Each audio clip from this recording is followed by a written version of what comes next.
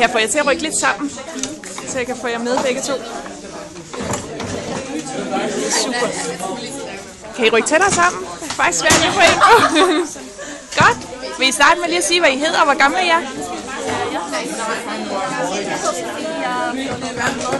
Jeg hedder Josefine, og jeg er også 14.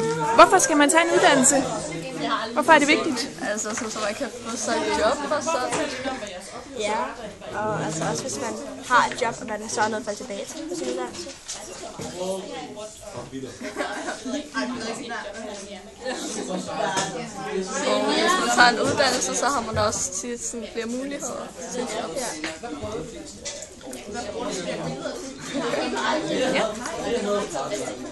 Hvad er der af fordele og ulemper ved at tage en uddannelse? Altså fordelen det er jo, at man får flere muligheder til jobs. Ja, og bliver præsenteret for nogle jobs, som man måske ikke havde tænkt på før. Og ulemper. Så ved jeg ikke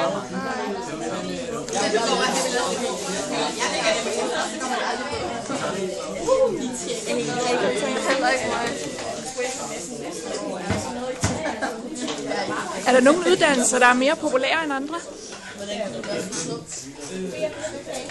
Ja, altså der er vel, jeg tror, gymnasieuddannelsen er ret populær. Og så... Der er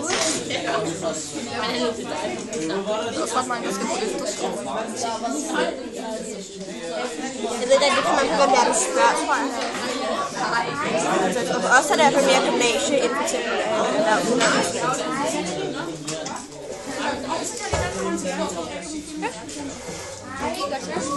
Hvad er jeres yndlingsfag i skolen? Har I et?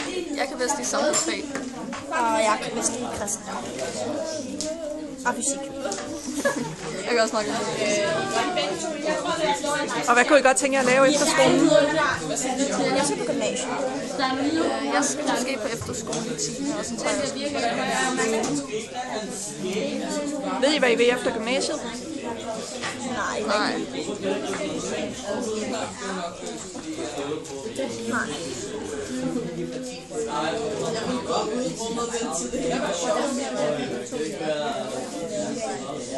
Hvad er vigtigt, når man skal vælge en uddannelse? Altså, man skal nok gå efter noget, der interesserer en. Ellers så får man ikke så meget ud af det, tror jeg. Ja, også noget, man kan se en mening med.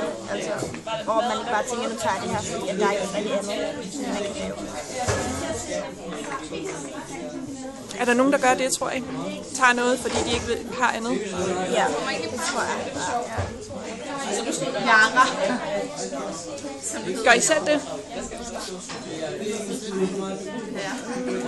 Altså, jeg tager gymnasiet, fordi at jeg tror, at der er rigtig mange muligheder, som man kan tage derfra. Altså det almene gymnasium.